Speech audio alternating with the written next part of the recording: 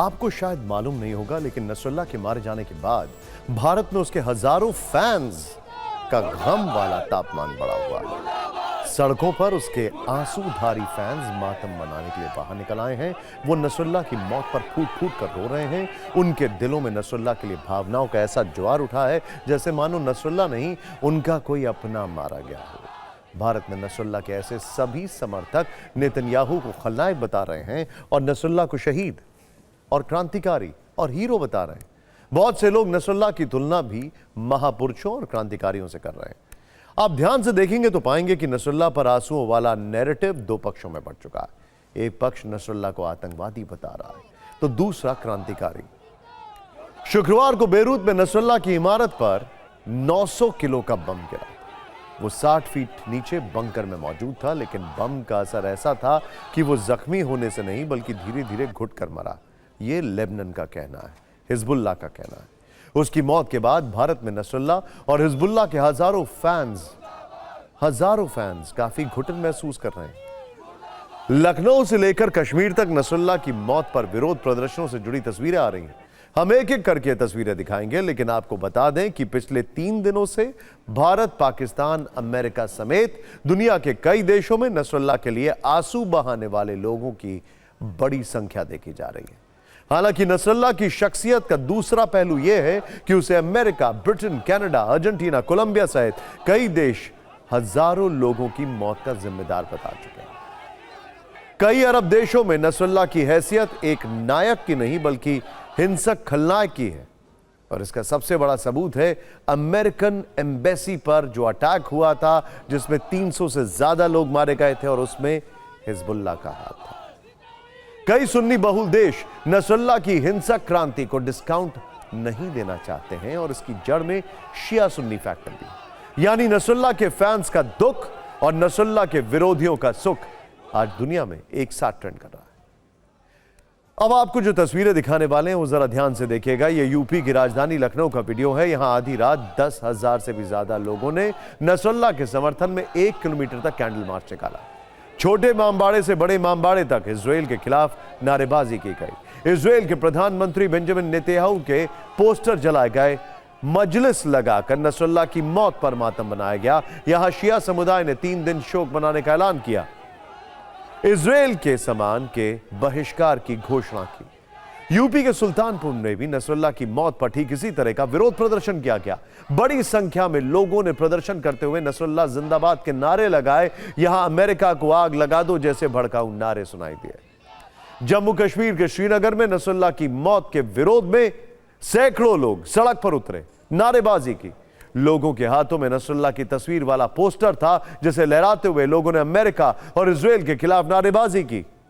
यहां विधानसभा चुनाव का आखिरी चरण कल है और जम्मू कश्मीर में शिया बहुल मुस्लिमों की तादाद चूंकि ज्यादा है, तो मौके की नजाकत को देखते हुए यहां कुछ राजनीतिक दलों के नेताओं ने भी नसरुल्लाह के लिए दर्द दिखाया।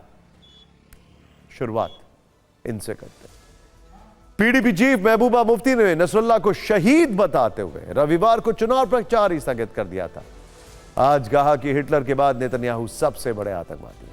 नेशनल कॉन्फ्रेंस के उपाध्यक्ष उमर अब्दुल्ला ने भी नसरुल्लाह की मौत पर आंसू बहाए।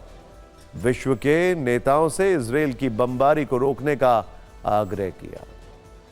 नेशनल कॉन्फ्रेंस के एक और वरिष्ठ नेता श्रीनगर से सांसद रुहुल्लाह मेहदी ने शनिवार को ही अपना चुनाव प्रचार रद्द कर दिया था। नसरुल्लाह के नाम पर जब इस तरह सियासी रोटी सेकी जाने लगी तो बीजेपी को इन्हें घेरने का मौका मिला। जम्मू कश्मीर में बीजेपी नेता कविंद्र गुप्ता ने कहा कि इन लोगों को सिर्फ वोट की चिंता है। अगर ऐसा नहीं है तो बांग्लादेश में हिंदुओं पर हमले के वक्त ये लोग खामोश क्यों थे। यानी जम्मू कश्मीर के चुनाव में नसरुल्लाह का मारा जाना भी अब एक मुद्दा बन चुका है और यह फिक्र का इतना बड़ा विषय नहीं है जितना लखनऊ से लेकर कश्मीर तक एक नारे को लेकर है। नारे लगाए गए कि कितने नसरुल्लाह मारोगे, हर घर से नसरुल्लाह निकलेगा। अब ऐसे नारे बताने के लिए काफी हैं कि नसरुल्लाह के नाम पर विशुद्ध मजहब वाला एजेंडा चलाया जा रहा है।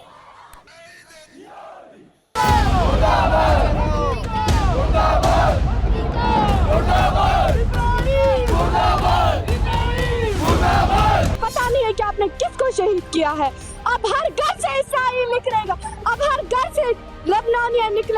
हर घर से हिजबुल्लाह निकलेगा। शहीद है कि इनकी जो कहानी है और इनकी जो हिम्मत है इस पर दास्तानें लिखी जाएंगी। इजराइल को ये मैसेज दे रहे हैं कि आपने सिर्फ एक नसरुल्लाह को मारा है, लेकिन हर घर में हसन नसरुल्लाह मौजूद है। एक नसरुल्लाह को मार दिए, लेकिन हर जगह से एक नसरुल्लाह और उठेंगे और ये आतंकवाद के खिलाफ जो है अपना एहतजाज करेंगे। ये वो रंग लाएगा जिसके लिए उन्होंने जान शहादत। तो कितना बड़ा नुकसान फलस्तीनी काज के लिए इसका अंदाजा ही नहीं लगा सकते हैं, मगर उसके खून से हजारों नस्रुल्लाह पैदा होंगे, वो इस मिशन को आगे ले जाएंगे।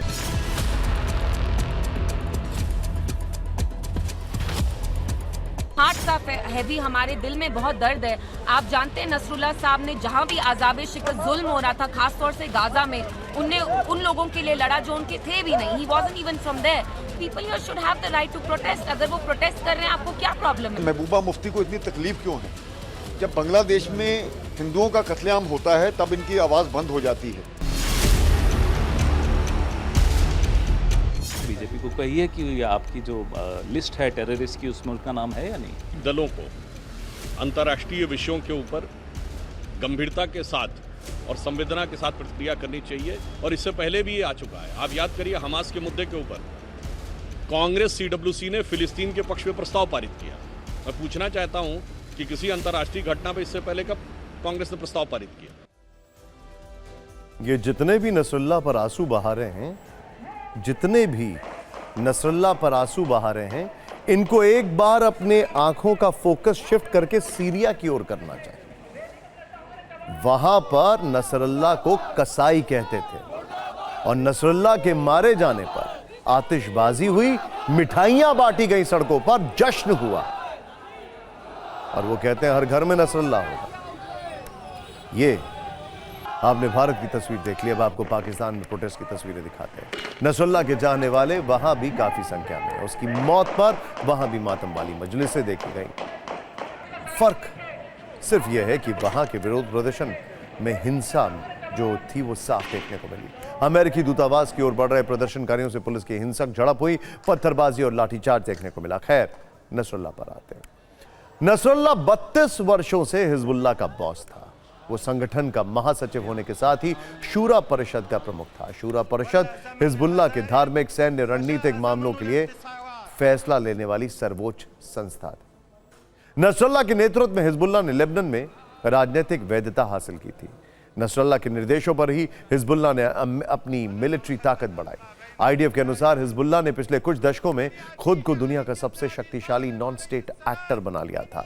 इसी दम पर पिछले कुछ समय से लगातार वो लेबनान से इजराइल पर हमले भी कर रहा था, और इतना ही नहीं, उसने कई बार अमेरिकन एम्बेसी को टारगेट किया, US मरीन्स को टारगेट किया। सीरिया में हर तरफ अगर कहा जाए तो नसरुल्लाह का खौफ था। हिजबुल्लाह के काम करने का तरीका ऐसा है कि नसरुल्लाह के मारे जाने के बाद अरब के कई देश अब चुप हैं। मतलब यह कि कई मुस्लिम मुल्कों में भी हिजबुल्लाह स्वीकार्य नहीं। इसे आप ऐसे भी समझ सकते हैं कि नसरुल्लाह खुद एक शिया था। ऐसे में ज्यादातर सुन्नी मुसलमानों ने के नेतृत्व वाले देश नसरुल्लाह की मौत पर या तो चुप हैं या सदी हुई प्रतिक्रिया दे रहे हैं। मतलब यह कि वो ना आंसू बहा रहे हैं और ना ही अमेरिका और इजराइल के विरोध में बयानबाजी कर रहे हैं। यहां भी शिया सुन्नी वाला फैक्टर है। सऊदी अरब ने नसरुल्लाह की मौत के बाद लेबनान की संप्रभुता और उसकी सुरक्षा की बात तो कही, लेकिन नसरुल्लाह का जिक्र नहीं किया। वहीं सुन्नी नेतृत्व वाले देश कतर, संयुक्त अरब अमीरात और बहरीन नसरुल्लाह के मारे जाने पर खामोश हैं। सिर्फ 8 वर्ष पीछे जाएं तो वर्ष 2016 में खाड़ी के देशों के अलावा अरब लीग ने हिजबुल्लाह को आतंकवादी समूह घोषित किया था। साल 2016 में गल्फ कोऑपरेशन काउंसिल ने माना था कि हिजबुल्लाह आतंकवादी संगठन है।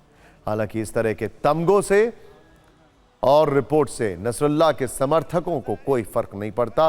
वो बहुत दुखी हैं और उन्हें लगता है कि उनका प्रिय क्रांतिकारी इजराइल की क्रूरता की वजह से मारा गया, इसीलिए वो दुखी हैं।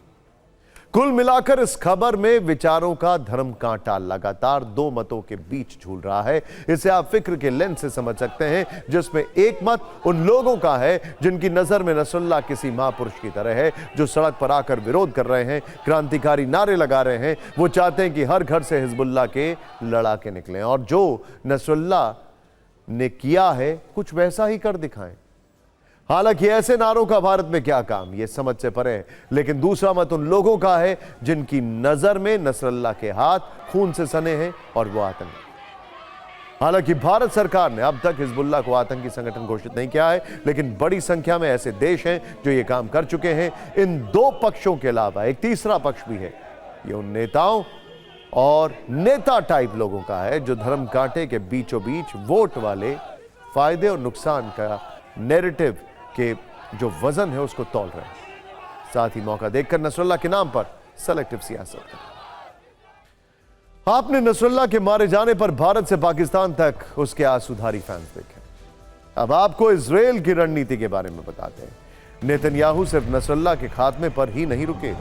इजराइल ने पहली बार 2200 किलोमीटर दूर यमन में भी स्ट्राइक शुरू कर दी है और ऐसी आशंका है कि आगे चलकर ईरान की न्यूक्लियर साइट्स पर इजराइल के अटैक हो सकते हैं। नसरल्लाह खत्म हो चुका है, लेकिन लेबनान पर इजराइल का हमला बदस्तूर जारी है। बीते 24 घंटे में इजराइल की सेना ने हिजबुल्लाह के 120 ठिकानों पर बमबारी की। ऐसे ही एक हमले में हिजबुल्लाह सेंट्रल काउंसिल का डिप्टी मेंबर नबील कौक मारा गया। नबील के अलावा इजरायली हमले में 105 लोगों की मौत की खबरें हैं। हवाई हमलों के बीच आज से लेबनान में छोटे ग्रुप के साथ ग्राउंड ऑपरेशन भी शुरू हो चुका है। इजराइल के अंडर कवर कमांडोज लेबनान में प्रवेश कर चुके हैं।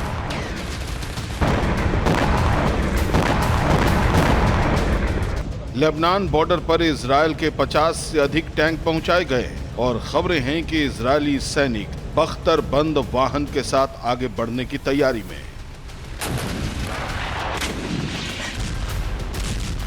इजराइल से लेबनान का बॉर्डर लगता है और आप कह सकते हैं कि यहाँ इजराइल के लिए हमले करना ज्यादा आसान है, लेकिन ऐसा नहीं है। इजराइल ने अपनी स्ट्राइक रेंज यमन तक बढ़ा दी है। इजराइल के लड़ाकू विमानों ने 2200 किलोमीटर दूर यमन पर भी हमला किया है। इन हमलों से हूती के पावर प्लांट में तबाही मची। इजरायली अटैक से पावर सप्लाई पर असर पड़ा। इसके अलावा यमन के पोर्ट हुदैई दाह पर भीषण अटैक हुआ। हूती के ऑयल डिपो में आग लग गई। कहा जा रहा है कि इजराइल ने यहां ईरान से आए हथियारों को नष्ट किया। आपको ध्यान होगा TV9 भारतवर्ष ने ही ये खबर सबसे पहले दी थी कि यमन ने 2200 किलोमीटर दूर से मिसाइल लॉन्च करके इजराइल के तेल अवीव को टारगेट किया था। इजराइल के लेटेस्ट हमलों पर जानकारों का कहना है कि नेतन्याहू ने इस अटैक का हूती से बदला ले लिया। वैसे आज TV9 के पास इजराइल के प्लान से जुड़ी एक ग्लोबल न्यूज ये भी है कि बेरूत के बाद अब ईरान पर हमले की आशंका बढ़ गई है। वहां सुप्रीम लीडर खामेनेई पहले ही सुरक्षित स्थान पर जा चुके हैं और अब ऐसा कहा जा रहा है कि इजराइल ईरान के न्यूक्लियर साइट पर हमला कर सकता है, वहां भी बमबारी कर सकता है। इसलिए ईरान की न्यूक्लियर साइट पर हाई अलर्ट घोषित है।